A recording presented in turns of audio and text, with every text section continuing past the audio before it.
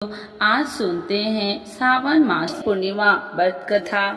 तो एक बार बोलिए प्रेम से विष्णु भगवान की जय, लक्ष्मी माता की जय। एकादशी की भांति ही पूरे वर्ष में 12 पूर्णिमा व्रत आते हैं। एक माह में एक बार पूर्णिमा और एक बार अमावस्या आती है। यह दोनों तिथि 15 दिनों के अंतराल के बीच आती है।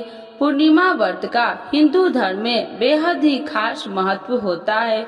यदि आप कोई शुभ कार्य करने की सोच रहे हैं तो बिना किसी मुहूर्त के पूर्णिमा तिथि के दिन उस कार्य को कर सकते हैं। पूर्णिमा के दिन आसमान में पूरा चांद दिखाई देता है। तो आइए जानते हैं पूर्णिमा व्रत की कथा। द्वापर युग में यशोदा माँ ने श्री कृष्ण से कहा, हे कृष्ण, तुम सारे संसार के उत्पकर्ता, पालनहारी और संहार करता हो। आज मुझे कोई ऐसा व्रत बताओ जिसको करने से मृत्यु लोक में भी स्त्रियों को विधवा होने का भय न रहे तथा यह व्रत सभी मनुष्यों की मनोकामना पूर्ण करने वाला हो। श्री कृष्ण कहने लगे, हे माता, तुमने अति सुंदर प्रश्न किया है। मैं तुम्हें ऐसे एक व्रत के बारे में विस्तार से बताता हूँ। सौभाग्य की प्राप्ति के लिए स्त्रियों को 32 पूर्णिमा व्रत करना चाहिए। इस व्रत को करने से स्त्री को सौभाग्य की प्राप्ति होती है। यह व्रत अत्यंत सौभाग्य देने वाला और भगवान शिव के प्रति भक्ति को बढ़ाने वाला है। यशोदा जी कहने लगे कि हे कृष्ण, प्रथम इस व्रत को मृत्यु लोक में किसने किया था, इसके विषय में विस्तार से मुझसे बताओ। श्री कृष्ण कहने लगे कि इस भूमंडल पर अनेक प्रकार के रत्नों से परिपूर्ण कार्तिका नाम की एक नगरी थी। वहाँ चंद्रहास नामक राजा राज्य करता था। उसी नगर में धनेश्वर नाम का एक ब्राह्मण था और उसकी स्त्री अति सुशीला रूपवती थी। दोनों ही उस नगर में बड़े प्रेम से रहते थे। घर में धन्य धान्य आदि की कोई कमी नहीं थी, परंतु उनको बहुत बड़ा दुख था कि उनकी कोई संतान नहीं है। एक समय एक बड़ा योगी उस नगर में आया। वह योगी उस ब्राह्मण के घर को छोड़कर अन्य सभी घरों से भिक्षा लेकर भोजन किया करता था। रूपवती से कभी भिक्षा नहीं लेता था। एक दिन वह योगी रूपवती से भिक्षा न लेकर किसी अन्य घरों से भिक्षा लेकर गंगा किनारे जाकर भिक्षण को प्रेम पूर्वक ग्रहण करने लगा कि धनेश्वर ने योगी का यह सब कार्य देख लिया।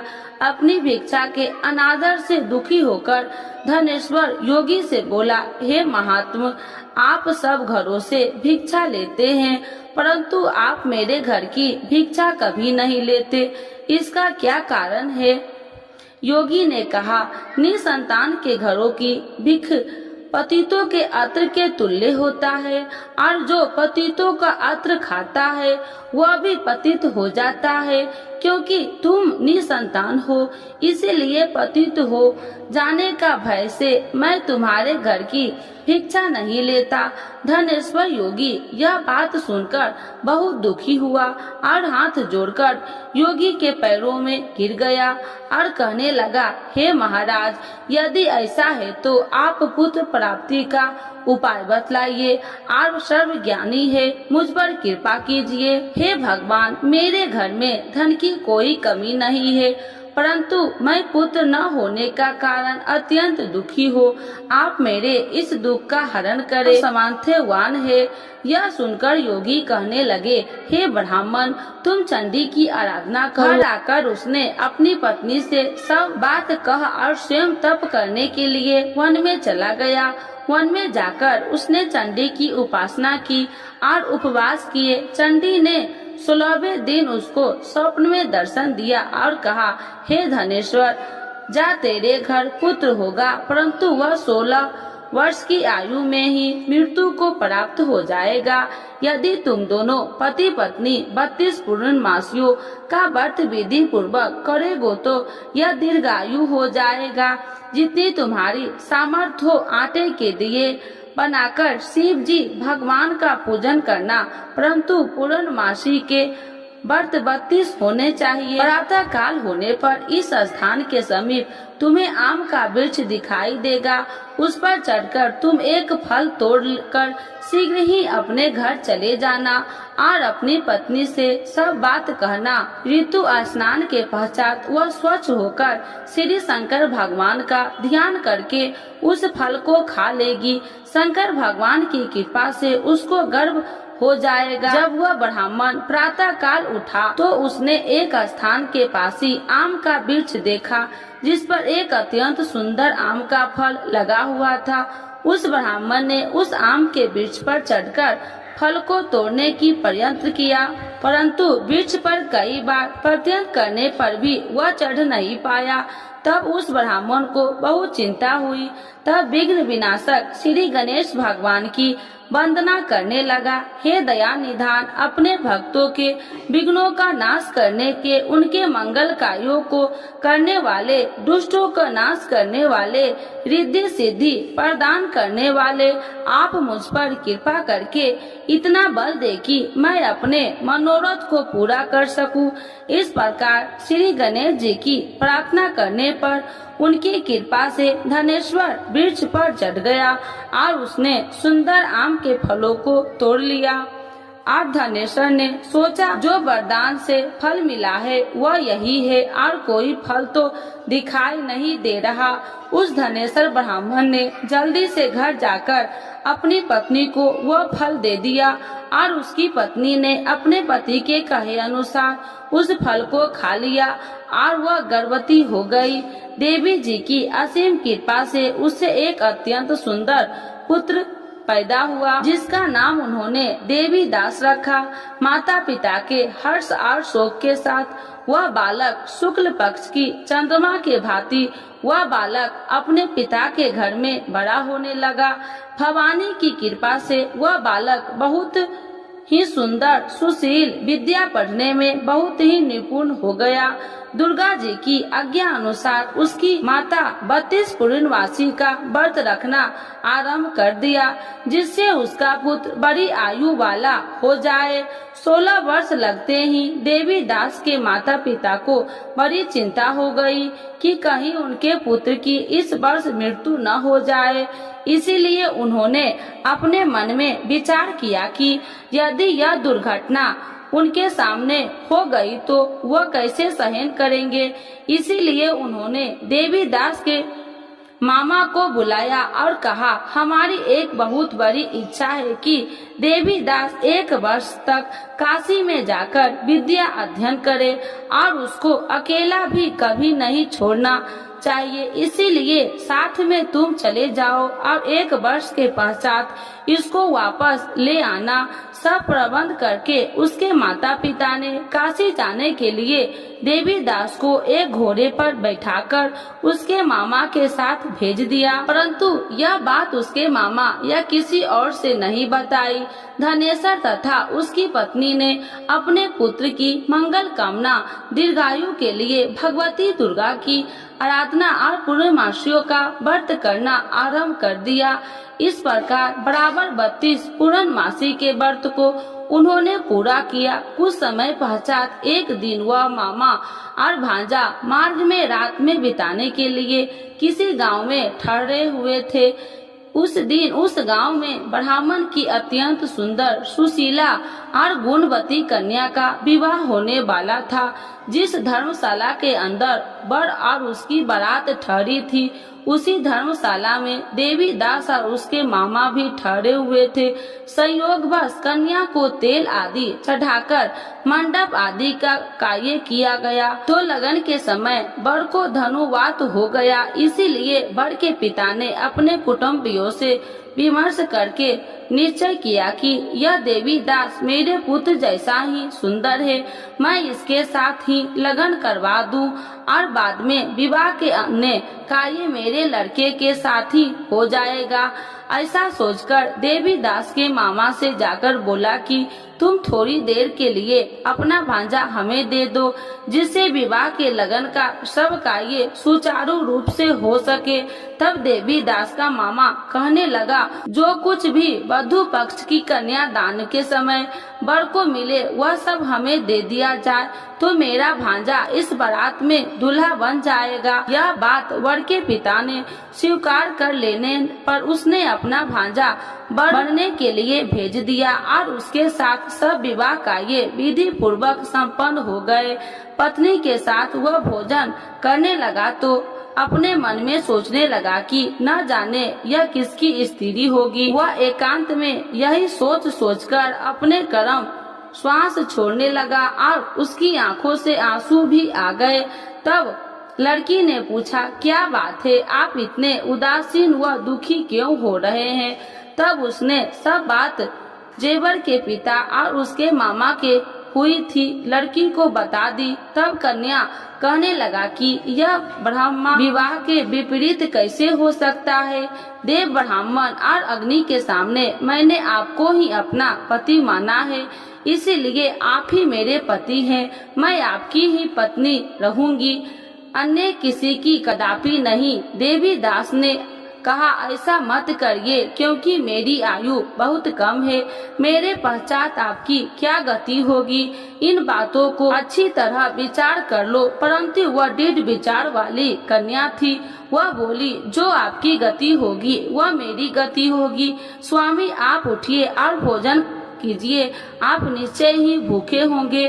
तब देवी दास और उसकी पत्नी ने भोजन किया तथा शेष रात्रि वह सोते रहे। प्रातः काल देवी दास ने अपनी पत्नी को 3 नागों से जड़ी हुई एक अंगूठी दे दी, एक रुमाल दिया और बोला, हे प्रिय, इसे लो और संकेत समझकर स्थिर चित हो जाओ। मेरा मरण और जीवन जानने के लिए एक पुष्ट वाटिका बना लो, उसमें सुगंधित वाली एक नववालिका लगाओ, उसको प्रतिदिन जल से सिंचा करो और आनंद के साथ खेलो कूदो और उत्सव मनाओ। जिस समय और जिस दिन मेरा मृत्यु होगा यह फूल सूख जाएगा और जब वह फिर से हरे हो जाएंगे तो समझ लेना मैं जीवित हूँ। यह बात निश्चय करके समझ लेना, उसने कोई भी संशय नहीं है। इतना कहकर देवी दास वहाँ से चला गया। प्रातः काल होते ही वहाँ पर गाजे बाजे बजने लगा और जिस समय विवाह कार्य समाप्त करने के लिए वर तथा सब बाराती मंडप में आए तो कन्या ने वर को भली प्रकार से देखकर अपने पिता से कहा, यह मेरा पति नहीं है, मेरा पति वही है जिसके साथ रात्रि में मेरा पानी ग्रहण हुआ था। इसके साथ मेरा विवाह नहीं हुआ। यदि वह वही पुरुष है तो बताइए कि मैंने इसको क्या दी? वधू पक्ष और कन्या पक्ष कन्या दान के समय जो आभूषण आदि दिए गए थे वो दिखाइए, तथा रात में क्या गुप्त बातें मैंने इनसे कही वह सब सुनाइए। पिता ने उसके कहे अनुसार वर को बुलाया। कन्या की यह सब बातें सुनकर वह कहने लगे, मैं कुछ भी नहीं जानता। इसके पश्चात लज्जित होकर वह अपना सा मुंह बनाकर चला गया और सारी बात भी अपमानित होकर वहां से लौट गई। भगवान श्री कृष्ण बोले, हे माता, इस प्रकार देवीदास काशी विद्या अध्ययन के लिए चला गया।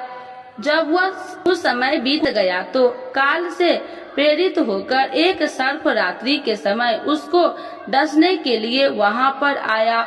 उस विस्तार के प्रभाव से उसके शयन का स्थान चारों ओर से विष की ज्वाला से विषैले हो गया, परंतु व्रत के प्रभाव से उसको काट नहीं पाया, क्योंकि पहले ही उसकी माता ने 32 पूर्णमासी का व्रत रखा था।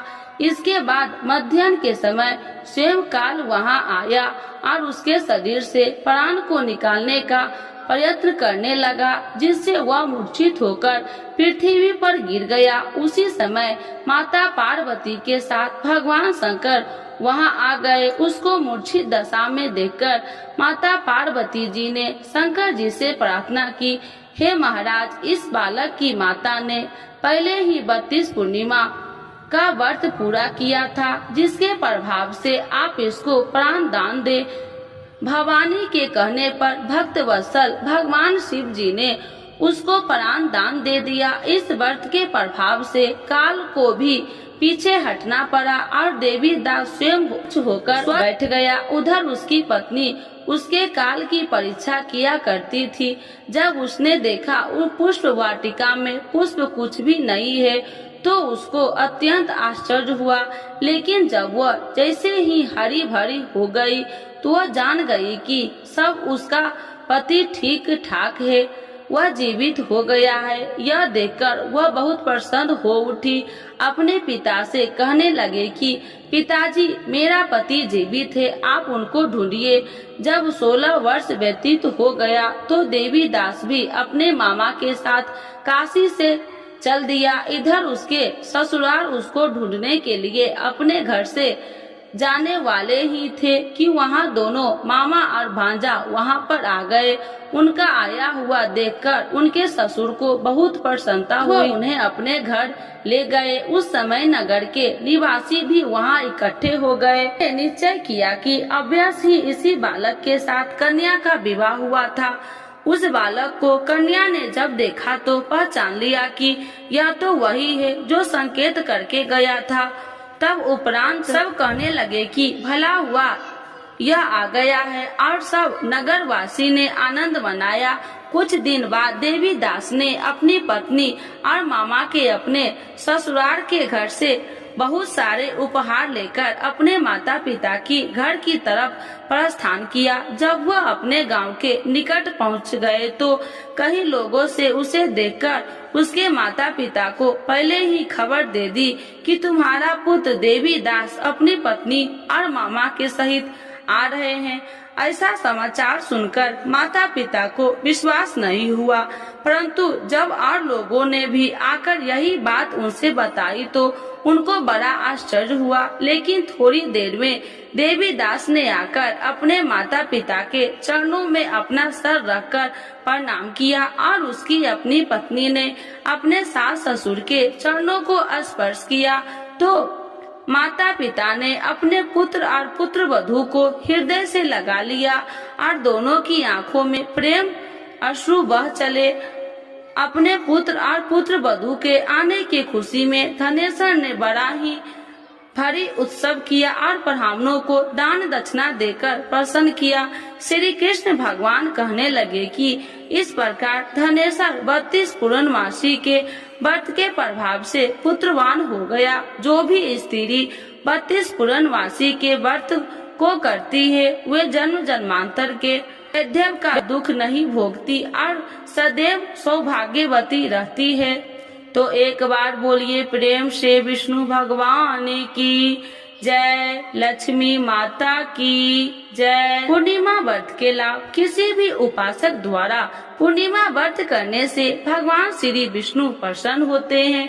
पूर्णिमा व्रत करने वाले उपासक को जल्द ही संतान प्राप्ति होती है और संतान की दीर्घायु प्राप्त होता है। पूरी श्रद्धा से पूर्णिमा का व्रत करने से गृह कलेश दूर होते हैं। पूर्णिमा के व्रत करने से स्त्रियां सौभाग्यवती का वर प्राप्त होता है। इस व्रत को करने से मानसिक और शारीरिक कष्ट दूर होते हैं। पूर्णिमा का व्रत करने से मनुष्य की सभी प्रकार की मनोकामना पूरी होती है। जो भी उपासक पूर्णिमा का व्रत रखता है उस पर भगवान विष्णु और चंद्रमा की विशेष कृपा सदैव बनी रहती है। यह व्रत करने से आर्थिक परेशानी भी दूर होती है। पूर्णिमा व्रत की पूजा विधि। पूर्णिमा के दिन सुबह नहाकर स्वच्छ कपड़े पहने, जिसके बाद घर के मंदिर को अच्छे तरह से साफ कर गंगा जल छिड़काव करे। भगवान श्री विष्णु की मूर्ति पर हल्दी का तिलक लगाना चाहिए। भगवान श्री विष्णु के साथ माता लक्ष्मी का पूजन अवश्य तौर पर करना चाहिए। भगवान श्री विष्णु के समक्ष घी का दीपक जलाए, पुष्प चढ़ाए। रात को चंद्र उदय होने के बाद चंद्रमा को जल अर्पित करे। पूर्णिमा के व्रत किसकी पूजा करनी चाहिए? पूर्णिमा के व्रत में विष्णु भगवान की पूजा करनी चाहिए। पूर्णिमा के व्रत कितने करने चाहिए? पूर्णिमा के 32 व्रत करने का संकल्प लेना चाहिए। पूर्णिमा के दिन क्या नहीं खाना चाहिए? पूर्णिमा के दिन प्याज लहसुन नहीं खाना चाहिए।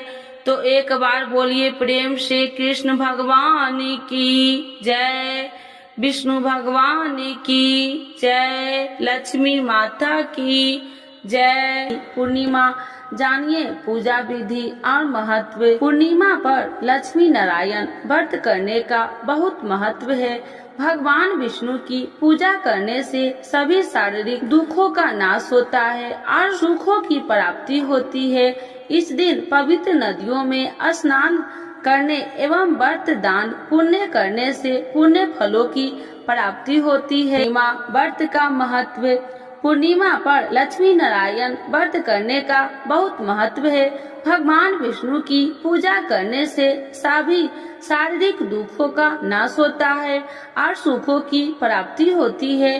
इस दिन पवित्र नदियों में स्नान करने एवं व्रत दान पुण्य करने से पुण्य फलों की प्राप्ति होती है। इस दौरान चंद्रमा से जुड़ी चीजों का दान करने से कई तरह के लाभ प्राप्त होते हैं। आप सफेद वस्त्र, शक्कर, चावल, दही या फिर चांदी का दान कर सकते हैं। माना जाता है कि इससे कुंडली में चंद्रमा की स्थिति मजबूत होती है और जीवन में सुख समृद्धि बनी रहती है।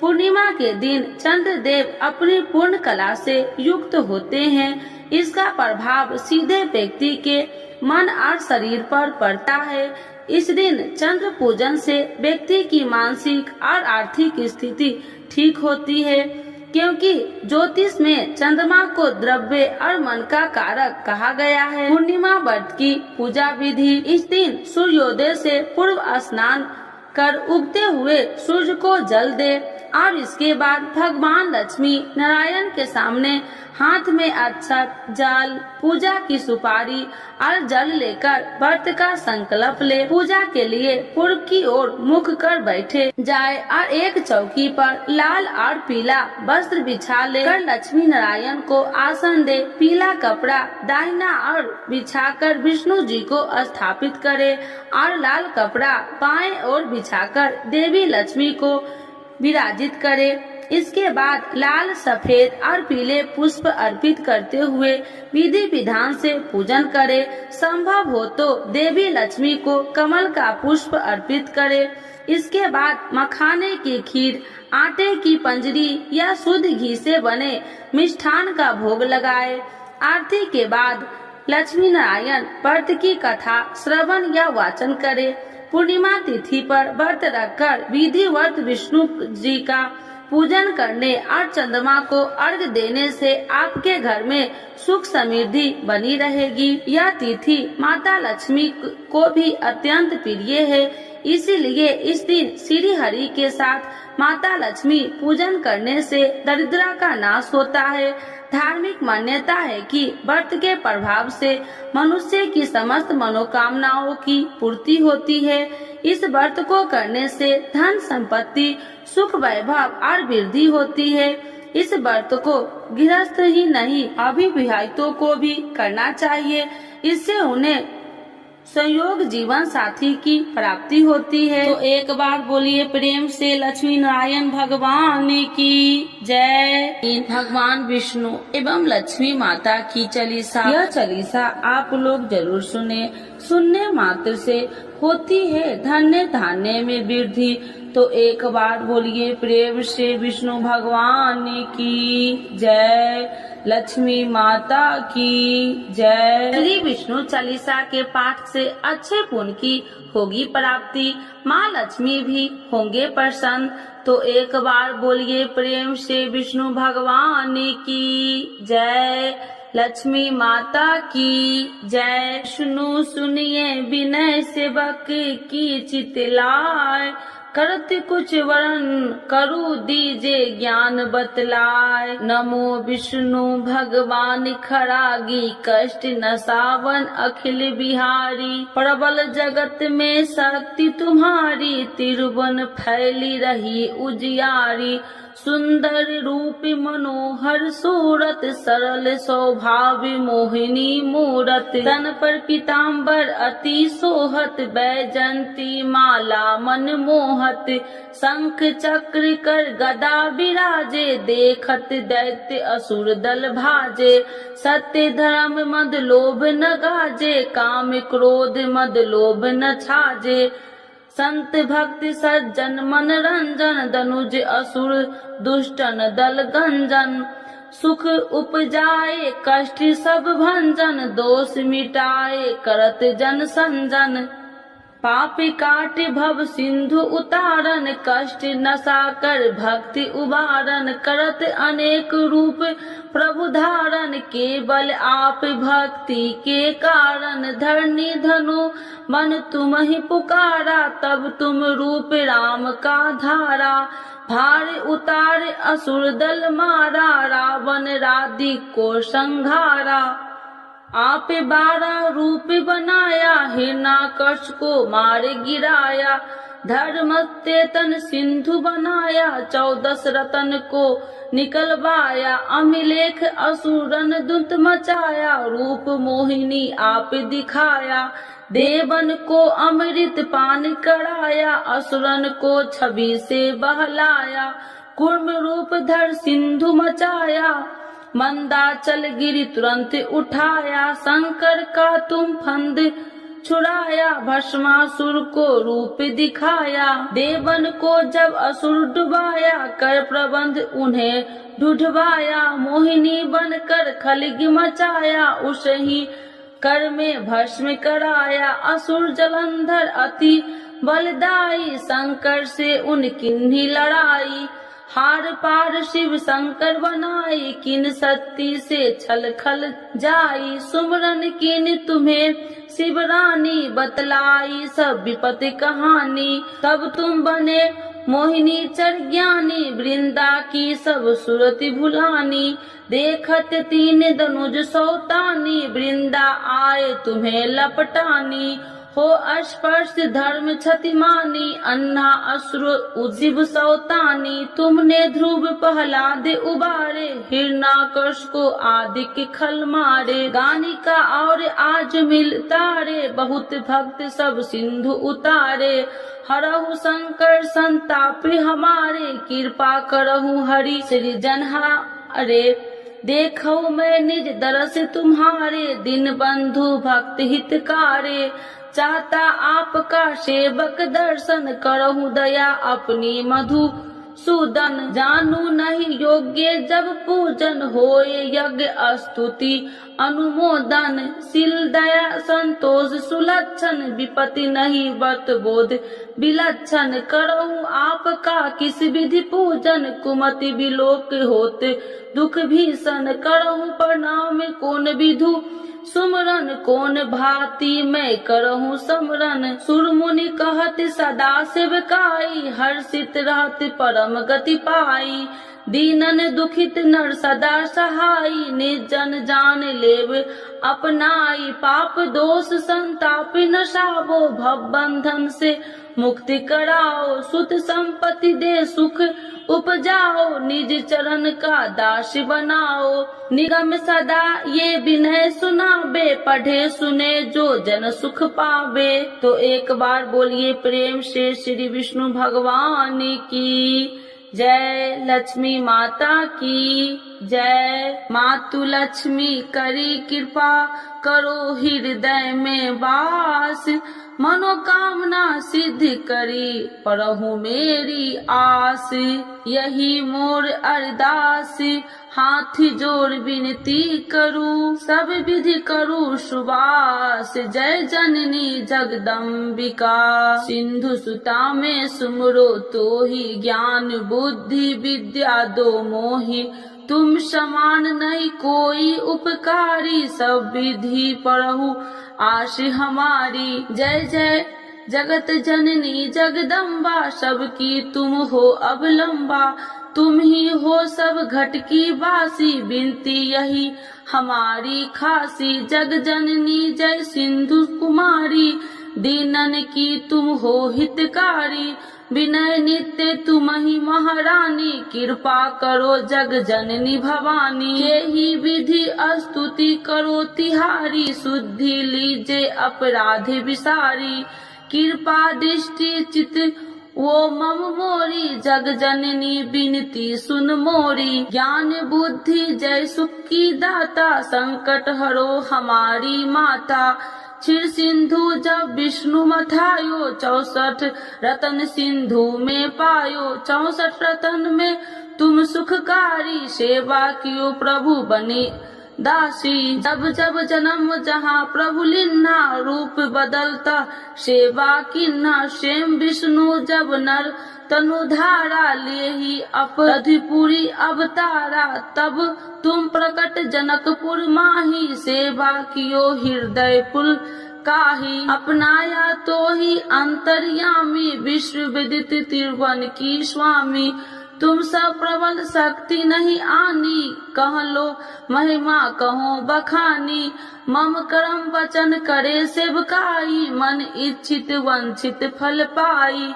तजी छल कपट और चतुराई, पूजहि विधि भक्ति मन लाही। और हाल में कहूँ बुझाई, जो यह पाठ करे मन लाई। ताको कोई कष्ट नोई, मन इच्छित पावे फल सोई। त्राहि त्राहि जय दुख निवारणी, त्रिविध ताप भव बंधन हारिणी। जो चालीसा पढ़े पढ़ावे, ध्यान लगा कर सुने सुनावे। ताको कोई न रोग सतावे, पुत्र आदि धन संपत्ति पावे। पुत्रहीन अरु संपत्ति हिन्ना, अद्र वज्र कोठी अति दिन्ना। वृप बुलाए के पाठ करावे, शंका दिल में कभी न लावे। पाठ करावे दिन 40, तापर कृपा करे गौरी सा। सुख संपत्ति बहुत सी पावे, कभी कहीं कहूँ की आवे।